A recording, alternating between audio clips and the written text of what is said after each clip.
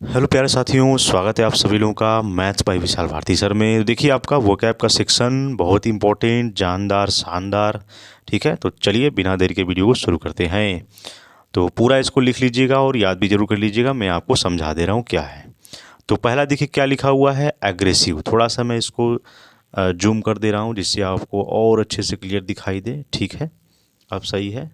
ठीक है, हाँ। चलिए देखिए क्या है। तो पहला क्या लिखा हुआ है, एग्रेसिव। क्या लिखा हुआ है, एग्रेसिव।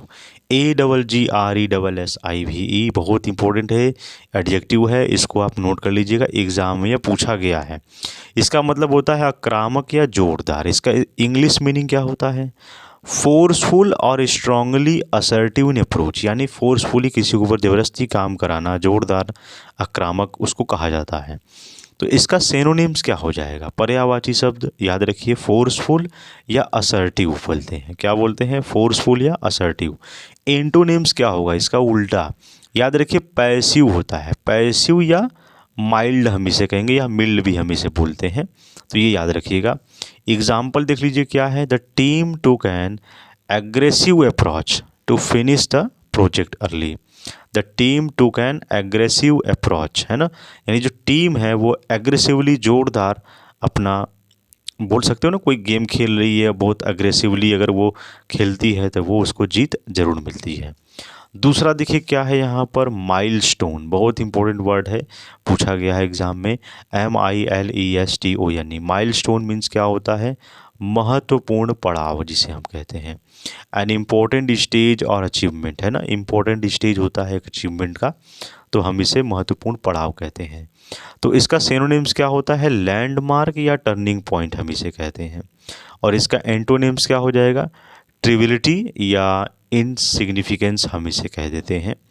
ठीक है, ट्रिविलिटी या इनसिग्निफिकेंस, ये याद रखिएगा। ठीक, एग्जाम्पल देख लीजिए कहाँ इसका यूज़ हम करेंगे, कैसे बनाएंगे। Clearing the exam was a milestone in his career, यानी यदि आप अपना एग्ज़ाम क्लियर कर लेते हो तो आप अपने कैरियर में एक महत्वपूर्ण पड़ाव प्राप्त कर लेते हो, है ना, ये बातें यहाँ पर कही गई हैं। तीसरा देखिए क्या है, स्टोटजी। क्या है, स्टोटजी, STODGY। स्टोटजी मीन्स क्या होता है, रूढ़िवादी या जड़ होता है। इसका मीनिंग इंग्लिश क्या होगा, old fashion and unwilling to change हम इसे बोल सकते हैं। ओल्ड फैशन यानी पुराना, यहाँ पर फैशन की बात कर रहा है। तो सिनोनिम्स क्या होगा यहाँ पर, कंजर्वेटिव, है ना, कंजर्वेटिव, और या हम इसे रिजिड भी कह सकते हैं। ठीक, एंटोनिम्स देखिए क्या होता है, प्रोग्रेसिव, फ्लेक्सिबल। फ्लेक्सिबल क्या हो जाएगा, प्रोग्रेसिव या फ्लेक्सिबल, ये इसका एंटोनिम्स है।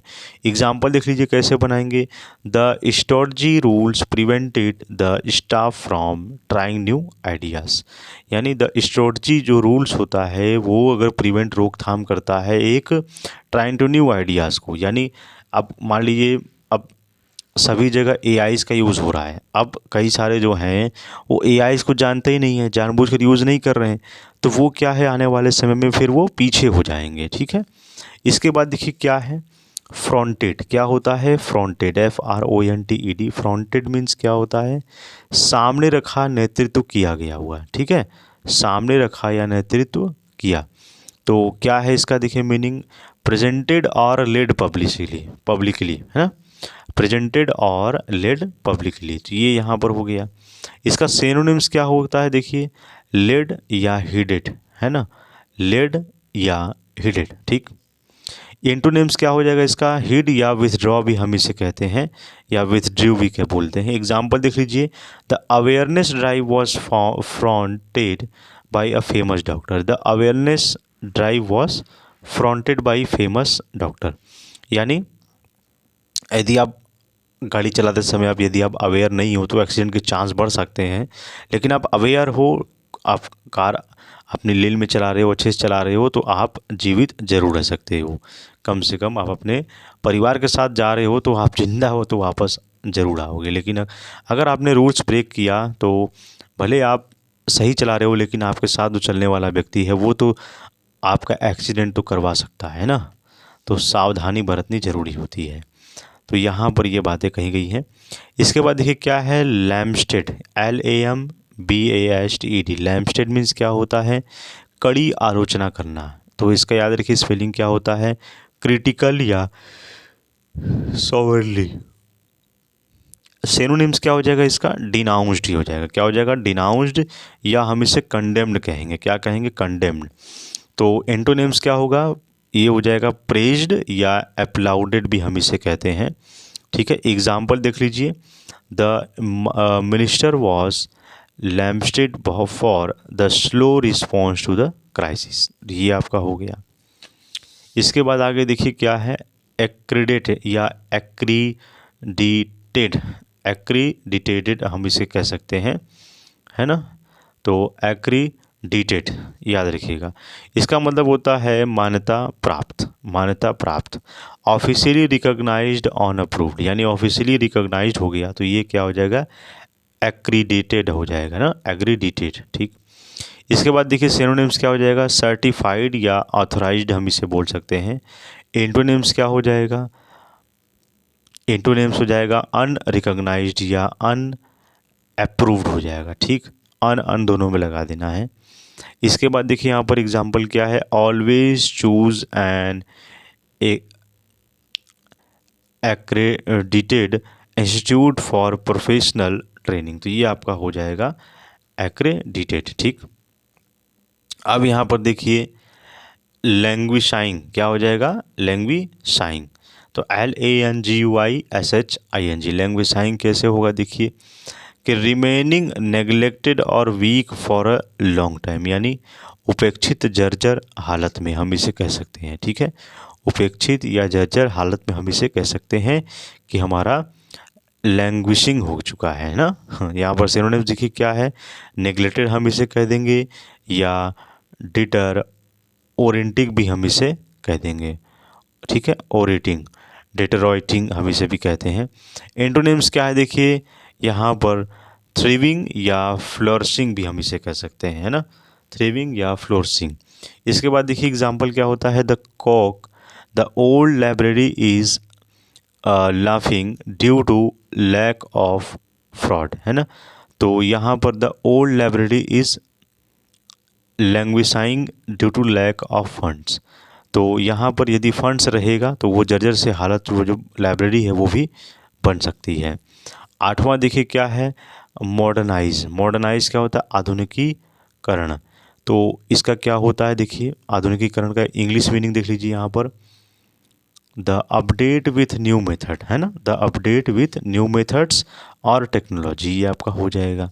प्रश्न संख्या देखिए आपका नेक्स्ट है, एप्रिशिएबल, बहुत इंपॉर्टेंट है, सराहनीय या उल्लेखनीय करना इसे हम कहते हैं appreciable. Noticeable and worthy of praise, है ना, noticeable and worthy of praise, यानी कोई भी सराहनीय एक काम किया जा रहा है जिसको यहाँ पर एक फ्रेज के तौर पर लिखा गया है। सिनोनिम्स देखिए क्या है कि सिनोनिम्स क्या है, देखिए यहाँ पर कमेंडेबल क्या हो जाएगा, कमेंडेबल या नोटिकेबल या नोटिसेबल भी हम इसे बोल देंगे। तो एंटोनिम्स देखिए क्या है यहाँ पर, नेग्लिजिबल या इनसिग्निफिकेंट, ये आपका हो जाएगा। एग्जाम्पल देख लीजिए क्या है, there was appreciable progress in his speaking skill this month. There was appreciable progress, यानी वो अपना सराहनीय काम कर रहा है इन हिज स्पीकिंग इंग्लिश, और वह इंग्लिश बोलने में भी अपना काम कर रहा है। ठीक है, उसके बाद देखिए क्या है, अफोर्डेबल, जिसे हम कहते हैं अफोर्डेबल, बहुत इंपॉर्टेंट एग्जाम में पूछा गया है। इसका मतलब किफ़ायती होता है, not too expensive, reasonably priced, है ना। सिनोनिम्स देखिए क्या है कि रिजनेबली है, ये प्राइस्ड है, और इकोनॉमिकल है, और एंड में ये हमारा हो जाएगा एंटोनिम्स हो जाएगा एक्सपेंसिव या कॉस्टली भी हम इसे बोल देंगे। एग्जाम्पल देख लीजिए क्या है, they are looking for an affordable house near the station. ठीक, ये आपका हो जाएगा। इसके बाद देखिए दो ठोर बचा हुआ है, ये देख लीजिए क्या है, एग्जेम्प्टेड। एग्जेम्प्टेड मीन्स क्या होता है, छूट प्राप्त या मुक्त हम इसे कह सकते हैं, मुक्त भी कह सकते हैं। तो ये वर्ब और एडजेक्टिव दोनों का काम कर रहा है। तो मीनिंग क्या हो जाएगा, proceed from a tax, duty और ड्यूटी और ऑब्लिगेशन, यानी छूट, प्राप्त या मुक्त भी हम इसे कह सकते हैं। तो सिनोनिम्स क्या हो जाएगा? विव्ड, WAIVED, हाँ विव्ड हो जाएगा, या रिलीज्ड भी हम इसे कह सकते हैं। एंटोनिम्स क्या हो जाएगा? चार्ज्ड या ऑब्लिगेटेड हो जाएगा। एग्जाम्पल देख लीजिए, ये सब आपका देखा जाता है, यूज़ आप कैसे करोगे ये देख लीजिए। Senior citizens were exempted from paying the service fees, है ना। अगर सर्विस फीस भी अगर ली जा रही है तो यदि बुजुर्गों को सीट नहीं मिलेगा तो भी क्या फ़ायदा, ठीक है। आगे देखिए यहाँ पर क्या होगा? पैची, पैची है ना, पैची हम इसे कहते हैं, एडजेक्टिव है ये, इसको हम हिंदी में असमान या अनियमित हम कहते हैं। अनइवन या इनकंसिस्टेंट इन क्वालिटी हम इसे कह सकते हैं। सिनोनिम्स क्या हो जाएगा? इर्रेगुलर या इनकंसिस्टेंट हो जाएगा। तो एंटोनिम्स क्या होगा यहाँ पर? एंटोनिम्स हो जाएगा यूनिफॉर्म या कॉन्स्टेंट भी हो जाएगा, ठीक है। तो ये चीज़ याद रखना है। इसके बाद एग्जाम्पल देख लीजिए क्या है? The mobile network is patchy in remote areas, यानी जो मोबाइल नेटवर्क है वो आसमान में जो है वो अनियंत्रित हो चुका है, पैची रिमोट हो चुका है, ठीक है। तो ये था हमारा प्यारे साथियों, देखिए आपका वोकैब। कहीं पर कोई डाउट है तो कमेंट बॉक्स में पूछ लीजिएगा, और चैनल पर नए हैं तो सब्सक्राइब ज़रूर कीजिएगा। तो ठीक है प्यारे साथियों, आपसे मिलेंगे नेक्स्ट वीडियो में। जय हिंद, जय भारत।